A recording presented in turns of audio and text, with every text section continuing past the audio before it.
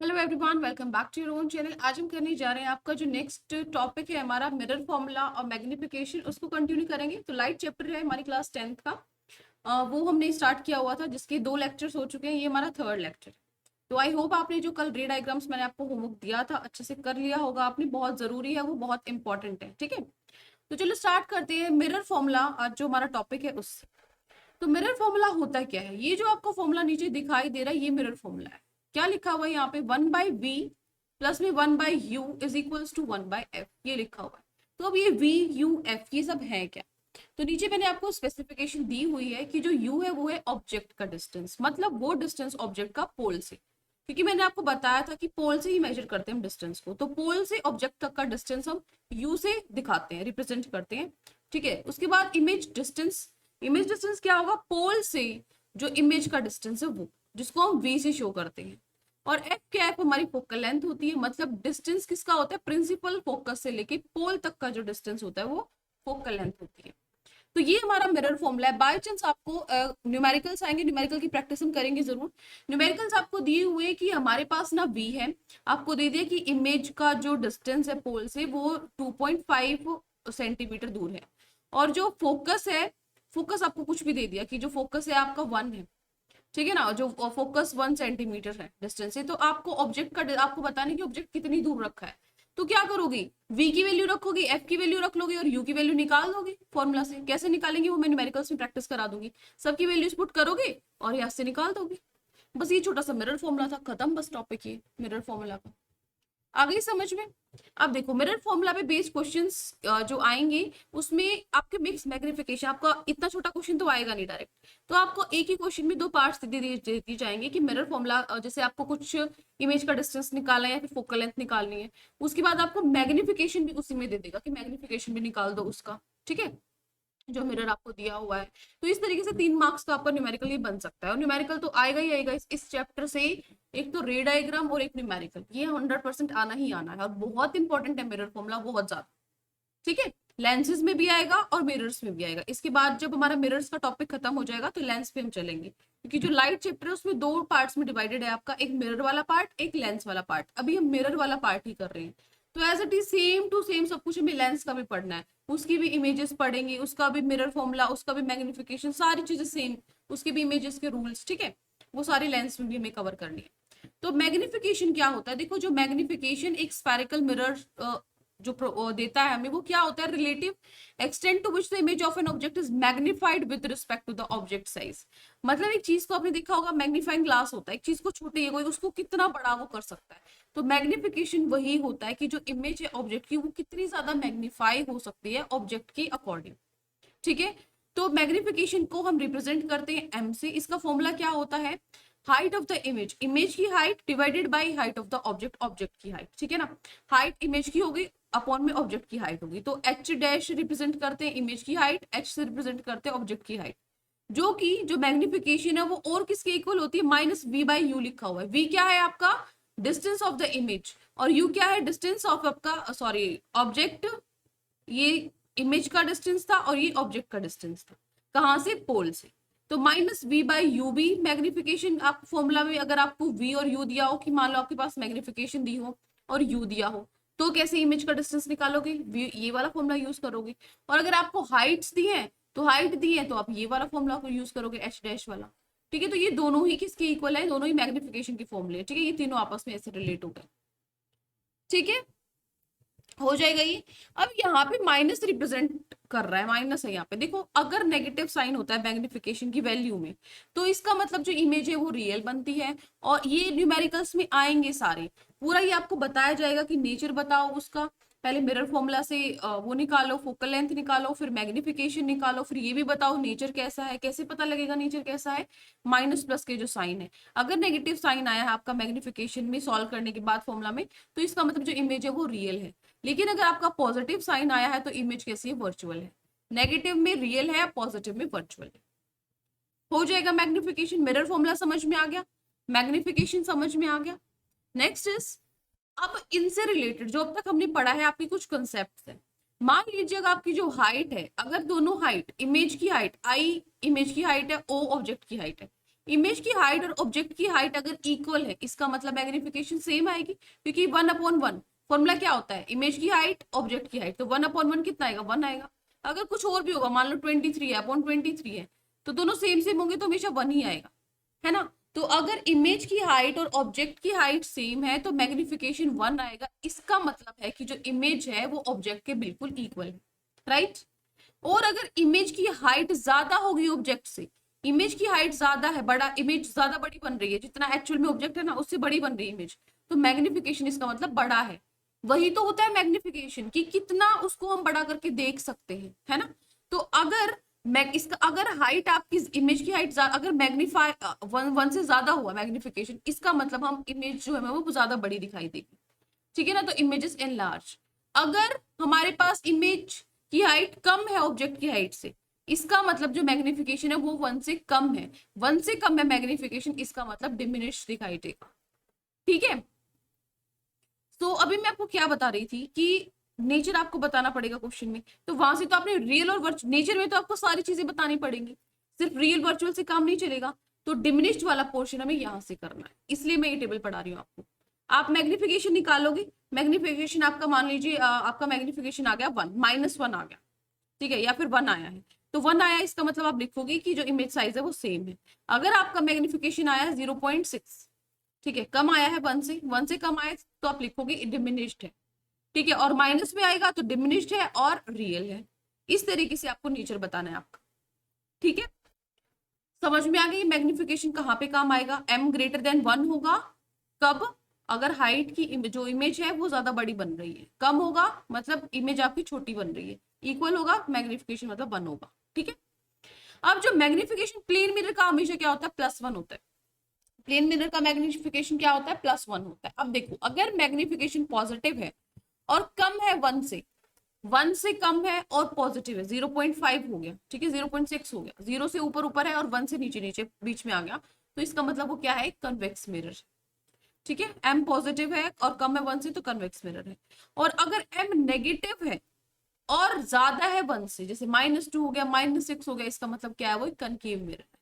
तो ये भी नेचर में हो जाएगा। पूछेगा किस टाइप का मिरर है, तो कैसे पता लगेगा किस टाइप का है, मैग्निफिकेशन निकालो फटाफट से, मैग्निफिकेशन पॉजिटिव आता है 1 से कम आता है तो कन्वेक्स मिरर है, अगर मैग्निफिकेशन नेगेटिव आता है 1 से ज्यादा आता है तो कनकेव मिरर है, और अगर मैग्निफिकेशन और मैम नेगेटिव ही है तो वो भी वो कनकेव मिरर ही है, ठीक है ना। आ जाएगा, हो गया ये क्लियर। तो ये आपका अगर नेचर पूछा जाए मिरर फॉर्मूला और मैग्निफिकेशन से हम क्या फाइंड आउट कर सकते हैं, हमारी VUF की वैल्यू फाइंड आउट कर सकते हैं मिरर फॉर्मूला से, और मैग्निफिकेशन से हम नेचर फाइंड आउट कर सकते हैं कि किस तरीके का नेचर बनेगा हमारा इमेज का, ठीक है। नेक्स्ट पार्ट पे मूव करते हैं, मैग्निफिकेशन और मिरर हो गया। रिफ्रैक्शन ऑफ लाइट नेक्स्ट जो टॉपिक है, अब तक हमने रिफ्लेक्शन ऑफ लाइट पढ़ा था, अब हम रिफ्रैक्शन ऑफ लाइट पढ़ेंगे। रिफ्रैक्शन ऑफ लाइट में क्या होगा, जब भी आपकी जो लाइट है ट्रेवल कर रही है एक मीडियम से दूसरे मीडियम में, तो जो डायरेक्शन है ना लाइट की, जब वो दूसरे मीडियम में एंटर करती है तो चेंज हो जाती है, तो इस फिनोमिना को हम बोलते हैं रिफ्रैक्शन ऑफ लाइट। रिफ्लेक्शन में तो क्या था, ये आपका मान लीजिए यहाँ था, यहाँ पे आई और टकरा के चली गई। इसमें क्या होगा, मान लीजिए यहाँ पानी है, पानी है, इमेज आई तो वो क्या करेगी, अंदर सीधा जाने की बजाय वो क्या हो जाएगी, पानी में जैसे ही अब ऊपर हवा थी नीचे पानी है, मीडियम चेंज हो गया, तो यहाँ आते क्या हो जाएगा, वो थोड़ा सा डायरेक्शन चेंज हो जाएगी उसकी, वो सीधा जाने की बजाय उसकी डायरेक्शन चेंज हो जाएगी, ठीक है ना। तो जो लाइट की डायरेक्शन चेंज होना जब एक मीडियम से दूसरे मीडियम में जा रही हो, इस फिनोमेना को हम क्या बोलते हैं, रिफ्रैक्शन ऑफ लाइट बोलते हैं। एग्जाम्पल, जो कोइन है हमें visible again on pouring water into the bowl, the coin appears slightly raised above its actual position due to reflection of light। आपने देखा होगा कोइन क्या होता है, हम नीचे डाल देते हैं, वो पड़ा तो नीचे होता है, लेकिन वो हमें ऐसा दिखाई देता है कि ऊपर उठा हुआ दिखाई देता है ना, हमेशा हल्का सा ऊपर उठा दिखता है वो, लेकिन ऐसा होता नहीं है। वो किस वजह से होता है, रिफ्रैक्शन ऑफ लाइट की वजह से होता है, ठीक है ना, क्योंकि वो जो एक्चुअल पोजीशन है उससे अलग डायरेक्शन उसकी चेंज हो जाती है, वहां पे हमें वो दिखाई देता है, ठीक है। ये क्वेश्चन आपका बनता है पेपर में, अगर आता है जो कोइन है वो रेस दिखाई देता है, 1 मार्क्स में आ जाएगा। तो क्यों दिखाई देता है, ड्यू टू रिफ्रैक्शन, ना कि रिफ्लेक्शन, रिफ्रैक्शन की वजह से। रिफ्रैक्शन समझ में आ गया क्या होता है, रिफ्लेक्शन तो टकरा के रेस चलेगी, रिफ्रैक्शन क्या होता है, मीडियम चेंज होता है, एक मीडियम से दूसरे मीडियम में जा रही है तो लाइट की डायरेक्शन थोड़ी सी चेंज हो जाएगी, ठीक है, किस अकॉर्डिंग चेंज होगी, कैसे चेंज होगी, किस तरफ जाएगी, वो भी हम पढ़ेंगे। ठीक है, अब लॉज होते हैं, जिस तरीके से रिफ्लेक्शन के लॉज थे इसी तरीके से रिफ्रैक्शन के भी लॉज हैं। तो laws of refraction of light में क्या है कि जो इंसिडेंट रे है, रिफ्रैक्टेड रे है और जो नॉर्मल है, interface of the two transparent media at the point of incidence all like in the same plane. सबका जैसे मीडियम चेंज हो रहा है तो ये सारे यहाँ पे सब के सब इस पॉइंट पे, एक पॉइंट पे सेम प्लेन में एग्जिस्ट करेंगे। ठीक है ना। दूसरा जो रेशियो है, फर्स्ट पॉइंट तो वही है जो उसका था, दूसरा पॉइंट अलग है बस। ठीक है ना, फर्स्ट पॉइंट सेम था, बस रिफ्लेक्टेड की जगह रिफ्रैक्टेड आ गया, और एक आपका टू ट्रांसपेरेंट मीडिया ये ऐड हो गई वर्ड, क्योंकि दो मीडियम की बात हो रही है। दूसरा क्या था, ये आपका फर्स्ट लॉ है। अब सेकंड लॉ देखो, सेकंड लॉ में क्या है, जो रेशियो है साइन एंगल ऑफ इंसिडेंस का, इंसिडेंस का साइन ले लो, इंसिडेंस मतलब आई, साइन मतलब sine, sine theta cos theta पढ़े ना मैथ्स में, वो इंसिडेंस का साइन ले लिया। तो रेशियो, रेशियो मतलब डिवाइड होता है आपका, तो रेशियो किसका ले लिया, साइन ऑफ इंसिडेंस हो लिया to the sine of angle of refraction, और साइन किसका ले लिया, एंगल ऑफ रिफ्रैक्शन का ले लिया, साइन ले लिया आर का। इस कांस्टेंट, ये क्या होता है आपका, कांस्टेंट होता है, जो यहाँ पे मैंने लिखा है sine I by sine R is equals to constant. ठीक है, तो जो भी आपका पेयर ऑफ मीडियम जो भी ले रहे हो आप, एयर ले रहे हो, वाटर ले रहे हो, कोई भी आपका मीडियम उसके लिए। ठीक है, तो जो ये लो है इसको हम स्नेल्स लॉ ऑफ रिफ्रैक्शन बोलते हैं। तो डायरेक्ट आपका लॉज ऑफ रिफ्लेक्शन की बजाय एक मार्क्स में ये भी आ सकता है आपका define Snell's law of reflection. Snell's law of reflection क्या है, तो भी आप ये सेकंड पॉइंट लिख दो। ठीक है, और क्या क्या कहता है स्नेल्स लॉ, कहता है कि sine I by sine R क्या होता है, कांस्टेंट होता है। जो इंसिडेंट एंगल है उसका साइन निकालो, मान लो एंगल 60 बना रहा है इंसिडेंट एंगल, तो साइन 60 की वैल्यू रख दो, अपोन में रिफ्रैक्टेड एंगल क्या बना रहा है, 30 बना रहा है, तो साइन 30 लिख दिया। तो जो कुछ ना कुछ वैल्यू होगी 60 की भी और 30 की भी, जैसे साइन 60 की हो गई 1/2, ठीक है, साइन 30 की होगी मान लो √3/2, वैसे उल्टा लिख दिया मैंने, √3/2 ऊपर आएगा और ये 1/2 हो गया, तो 2 से 2 कैंसिल हो गया, √3 आपका आंसर आ गया। तो ये कांस्टेंट है ना। कांस्टेंट आपको पता है ना क्या होते हैं, कांस्टेंट होते हैं जो चेंज नहीं होते। नंबर 1 है तो 1 ही रहेगा, XYZ चेंज हो सकता है लेकिन 1 2 3 नंबर्स तो नंबर्स ही रहेंगे, तो भी कांस्टेंट वैल्यू मिलती है। तो sine I by sine R क्या होता है, कांस्टेंट होता है। ठीक है, तो जो ये कांस्टेंट वैल्यू है इसको हम क्या बोलते हैं, इसको हम बोलते हैं refractive index of the second medium with respect to the first. जो यहाँ से हमारी वैल्यू आई है, ये जो कांस्टेंट वैल्यू हमें मिली है, इसको हम रिफ्रैक्टिव इंडेक्स बोलते हैं। रिफ्रैक्टिव इंडेक्स किसका, सेकंड, जैसे ऊपर एयर से आई थी रे और नीचे वाटर में चली गई, ठीक है ना, तो सेकंड मीडियम का refractive index with respect to first ये शो करता है। ठीक है, रिफ्रैक्शन समझ में आ गया, उसकी लो समझ में आ गई। उसके बाद the refractive index, refractive index में क्या है, अभी मैंने आपको बताया था, जो कांस्टेंट हमें मिलता है, लेकिन पता भी होना चाहिए वो एक्चुअली में होता क्या है, क्या क्या हमें बताता है, किस तरीके से हम उसको लिख सकते हैं। तो देखो, जो रिफ्रैक्टिव इंडेक्स होता है उसको एक इंपॉर्टेंट एक फिजिकल क्वांटिटी है जो कि हमें बताती है कि कितनी स्पीड है लाइट की अलग अलग मीडिया में। ठीक है ना, कि एयर से वाटर में आपका जा रहा है तो स्पीड पे फर्क पड़ रहा है ऑब्वियसली। एयर से जब वाटर में जाएगा, वाटर तो ज्यादा डेंसर होता है, गाढ़ा होता है, तो उसमें उसको ज्यादा जोर लगेगा, स्पीड स्लो होएगी थोड़ी सी। तो ये चीज हमें पता लगती है रिफ्रैक्टिव इंडेक्स से। ठीक है, तो जो रिलेटिव स्पीड है लाइट की अलग अलग मीडियम में, वो हमें क्या बताता है, ये कौन बताता है हमें, रिफ्रैक्टिव इंडेक्स बताता है। कैसे बताता है, जो वैल्यू होती है रिफ्रैक्टिव इंडेक्स की दोनों मीडियम्स में, वो डिपेंड करती है speed of light and medium की, कितनी स्पीड से वो आ रही। यहाँ पे आपको एक जो आपकी एनसीईआरटी बुक है उसमें आपको एक टेबल मिलेगी, उस टेबल में आपको रिफ्रैक्टिव इंडेक्स दिया हुआ है सभी का, बहुत सारे एलिमेंट्स है, जैसे डायमंड हो गया, आयरन, मतलब कुछ भी, बहुत सारे आपको वो दिए हुए ऑब्जेक्ट दिए हुए 7-8 की, वाटर में, एयर में, वो आप पढ़ लेना। ठीक है, कि कितनी स्पीड होती है वो सारा उसमें दे रखा है, रिफ्रैक्टिव इंडेक्स दे रखे हैं बहुत सारे उसके मीडिया के। ठीक है ना, तो उसमें मैं आपको बताऊंगी भी आगे कि सबसे ज्यादा किसका होता है, डायमंड होता है शायद। तो यहाँ पे जो वैल्यू है रिफ्रैक्टिव इंडेक्स की, वो डिपेंड करती है स्पीड ऑफ लाइट से। ठीक है ना, क्योंकि रिफ्रैक्टिव इंडेक्स तो बताता ही है कि मीडियम में लाइट की जो स्पीड है वो चेंज हुई है, तो स्पीड ऑफ लाइट पे डिपेंड कर रहा है कितनी चेंज हुई, कितनी स्पीड से वो आ रही है ना। तो इसके लिए हम फॉर्मूला होता है, हमारा फॉर्मूला क्या होता है, एन, नीचे में लिखा हुआ है आपका 2:1, मतलब n/1 क्या होता है, light, speed of light in medium 1, पहले मीडियम में कितनी स्पीड थी और दूसरे मीडियम में कितनी है, उनको डिवाइड कर दो, speed of light in medium 1 divided by speed of light in medium 2 हो गई, मतलब v1 अपॉन में v2 आपका आ गया। ठीक है, तो जो रिफ्रैक्टिव इंडेक्स है मीडियम 2 का विद रिस्पेक्ट टू मीडियम 1, उसको हम किससे रिप्रेजेंट करते हैं, 2 1 से रिप्रेजेंट करते हैं। ये चीज ध्यान से सुनना, इसमें कंफ्यूज नहीं होना। ऊपर 1 लिखा है, ऊपर 1 लिखा है, मीडियम 1, नीचे 2 लिखा है, तो जो इसका मतलब क्या है, यहाँ पे ऊपर 1 लिखा है तो आगे 2 है, 1 2 नहीं है, देखो 2 1 है, उल्टा है ना। तो इसका मतलब है रिफ्रैक्टिव इंडेक्स N2 का मतलब है, N21 का मतलब है refractive index of medium 2 with respect to 1। क्या है, refractive index of medium 2 with respect to 1। ठीक है, फॉर्मूला यहाँ पे हम इसको इस तरीके से रिप्रेजेंट कर सकते हैं, speed of light in first medium, speed of light in second medium. तो v क्या रिप्रेजेंट करता है, स्पीड ऑफ लाइट। ठीक है, तो फर्स्ट मीडियम में upon speed of light in second medium, ये हमारा फॉर्मूला होता है। ऐसे ही नीचे अगर 2 1 है, अगर 1 2 लिखा होगा तो, अगर यहाँ पे देखो 1 2 लिखा है, 1 2 मतलब क्या होगा, स्पीड ऑफ, यहाँ पे उल्टा लिखना है, 1 2 है तो 2 1 लिखना है फॉर्मूला में, स्पीड ऑफ लाइट मीडियम 2 में अपॉन में speed of light in medium 1 में। ठीक है, 2 अपॉन में 1।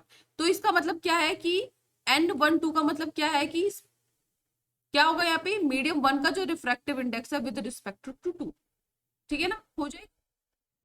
रिफ्रैक्टिव इंडेक्स समझ में आ गया, रिफ्लेक्शन समझ में आ गया, उसकी लॉस हो गई। अब रिफ्रैक्टिव इंडेक्स हो गया ये तो। अब यहाँ पे आप देखो मीडियम एयर, अब यहाँ पे मीडियम चेंज होते रहेंगे, यहाँ पे ग्लास है, ठीक है, वाटर है, एयर, कुछ भी हो सकता है, तो उसके अकॉर्डिंग अलग अलग रिफ्रैक्टिव इंडेक्स होते हैं सबके। जैसे ग्लास का अलग होता है, डायमंड का अलग होता है, वाटर का अलग होता है। तो जो रिफ्रैक्टिव इंडेक्स डायमंड का होता है वो सबसे ज्यादा हाईएस्ट होता है। सबसे हाईएस्ट रिफ्रैक्टिव इंडेक्स किसका होता है, डायमंड का होता है। कितना होता है, 2.42 होता है। इसका मतलब इसकी जो स्पीड है लाइट की वो 1/242 है, मतलब times less in diamond than vacuum. Vacuum से इतनी कम है, इतनी ज्यादा इसकी स्पीड होती है डायमंड में। ठीक है, और जो लाइट की स्पीड होती है वैक्यूम में कितनी होती है, अभी वैक्यूम की बात हो रही है, लाइट की स्पीड वैक्यूम में होती है, हाईएस्ट स्पीड होती है 3 × 10⁸ मीटर पर सेकेंड। ठीक है ना, जो लाइट है फास्टेस्ट सबसे ज्यादा कहाँ पे ट्रेवल करता है, लाइट सबसे ज्यादा फास्ट, सबसे ज्यादा स्पीड लाइट की कहाँ होती है, वैक्यूम में होती है। कितनी होती है, 3 × 10⁸। उसके बाद रिफ्रैक्टिव इंडेक्स की बात करी जाए तो रिफ्रैक्टिव इंडेक्स किसका सबसे ज्यादा होता है, डायमंड का होता है, 2.4। आगे रिफ्रैक्टिव इंडेक्स समझ, एक छोटा सा टॉपिक है एब्सोल्यूट रिफ्रैक्टिव इंडेक्स, ये हम करेंगे। जो ये रिफ्रैक्शन है स्फेरिकल लेंसेज का, ये नेक्स्ट लेक्चर में हम करेंगे। ठीक है, तो आज यहीं तक कवर करते हैं एब्सोल्यूट रिफ्रैक्टिव इंडेक्स। तो एब्सोल्यूट रिफ्रैक्टिव इंडेक्स क्या होता है, जो रिफ्रैक्टिव इंडेक्स एक मीडियम का अगर वैक्यूम के रिस्पेक्ट में ले, मान लो दो अलग अलग मीडियम है, वाटर हो गया, एक ग्लास हो गया, इस तरीके से है। ठीक है, लेकिन अगर एक मीडियम, दोनों में से एक मीडियम वैक्यूम ले रहे हो या एयर ले रहे हो, तो वो क्या हो जाएगा, आपका एब्सोल्यूट रिफ्रैक्टिव इंडेक्स हो जाएगा। ठीक है ना, तो इसको कैसे रिप्रेजेंट करते हैं, N/m से। ठीक है, जो भी हमारा मीडियम है NM से प्रेजेंट करते हैं। स्पीड ऑफ लाइट एयर में होगी, अपॉन में स्पीड ऑफ लाइट दूसरा कोई भी मीडियम हो सकता है। पहला मीडियम क्या होगा, एयर होगा या फिर वैक्यूम होगा, जिसको हम C से रिप्रेजेंट करते हैं। ठीक है ना, C से रिप्रेजेंट करते हैं कि वैक्यूम में स्पीड कितनी होती है, 3 × 10⁸ होती है। ठीक है ना, अपॉन में जो V है, यहाँ पे आप कोई भी मीडियम दूसरा ले सकते हो, ग्लास हो गया, वाटर हो गया, कुछ भी ले सकते हो। ठीक है, अब जो रिफ्रैक्टिव इंडेक्स है एक मीडियम का, वो रेसिप्रोकल होता है दूसरे रिफ्रैक्टिव इंडेक्स की। मतलब जो N12 है वो रेसिप्रोकल होगा 1 में N21 की। यहाँ पे 1 2 है, यहाँ पे 2 1 है, ये दोनों क्या होंगे, एक दूसरे के रेसिप्रोकल होंगे, उल्टे होंगे। ठीक है, नेक्स्ट पॉइंट है, अगर रिफ्रैक्टिव इंडेक्स एक मीडियम का एयर के रिस्पेक्ट में दे रखा है इस तरीके से। ठीक है ना, एब्सोल्यूट रिफ्रैक्टिव इंडेक्स समझ में आ गया ना, कि दो मीडियम थे, दोनों मीडियम में से एक मीडियम अगर एयर या वैक्यूम है तो वो एब्सोल्यूट रिफ्रैक्टिव इंडेक्स कहलाता है। अब एक चीज देखो, अगर रिफ्रैक्टिव इंडेक्स एक पहले मीडियम का एयर के रिस्पेक्ट में दे रखा है, मतलब एक कोई मीडियम है उसका एयर की रिस्पेक्ट में ये दे रखा है आपका रिफ्रैक्टिव इंडेक्स। उसके बाद जो रिफ्रैक्टिव इंडेक्स है दूसरा कोई मीडियम है उसका भी एयर के रिस्पेक्ट में दे रखा है। ठीक है, तो रिफ्रैक्टिव इंडेक्स का 1 विद रिस्पेक्ट टू मीडियम 2, ऊपर तो एयर है, यहाँ पे क्या है 1 और 2 है, 1 और 2 है, तो इसको 1/2 है, तो इसको हम कैसे रिप्रेजेंट करेंगे, 1 2, मतलब 1 विद रिस्पेक्ट टू 2, इस तरीके से रिप्रेजेंट करेंगे, क्योंकि एयर है, यहाँ पे कैंसिल नहीं होता, सिर्फ समझाने के लिए यहाँ पे। ठीक है, तो इस तरीके से लिख सकते हैं, अगर आपको एयर के रिस्पेक्ट में दोनों के मीडियम दे रखे हैं, ठीक है, लेकिन आपको एक दूसरे के 1 और 2 दो मीडियम है, लेकिन दोनों एयर के रिस्पेक्ट में दे रखे हैं, एक दूसरे के रिस्पेक्ट में नहीं दे रखे, तो कैसे निकालोगे, दोनों को डिवाइड कर दोगे तो एक दूसरे के रिस्पेक्ट में निकल जाएंगे। बस ये फॉर्मूला है, आगे समझ में। तो ये था एब्सोल्यूट रिफ्रैक्टिव इंडेक्स। तो आज हमने ये हमारा टॉपिक कवर कर लिया है। कल अब हम स्फेरिकल लेंस उस पे चलेंगे, लेंसेज पे चलेंगे, लेंसेज है ना। हाँ, तो मिरर वाला पूरा पोर्शन हमारा कंप्लीट हो चुका है, आधा चैप्टर कंप्लीट हो चुका है। कल अब हमारा शायद 2 लेक्चर्स और लगेंगे, फिर आपका पूरा चैप्टर हो जाएगा। ठीक है, उसके बाद क्वेश्चन आंसर्स पे चलेंगे, न्यूमेरिकल्स भी प्रैक्टिस करेंगे एक बार। सो आज का लेक्चर इतना ही रखते हैं। आई होप आपको अच्छे से समझ में आ गया। कोई भी डाउट है कहीं पर भी किसी भी क्वेश्चन में तो कमेंट सेक्शन में आप मुझसे पूछ सकते हैं। और अगर आपको लेक्चर अच्छा लगे तो चैनल को सब्सक्राइब कर सकते हैं, वीडियो को लाइक कर सकते हैं। आज के लिए इतना ही, मिलते हैं नेक्स्ट वीडियो में। Till then take care, bye bye.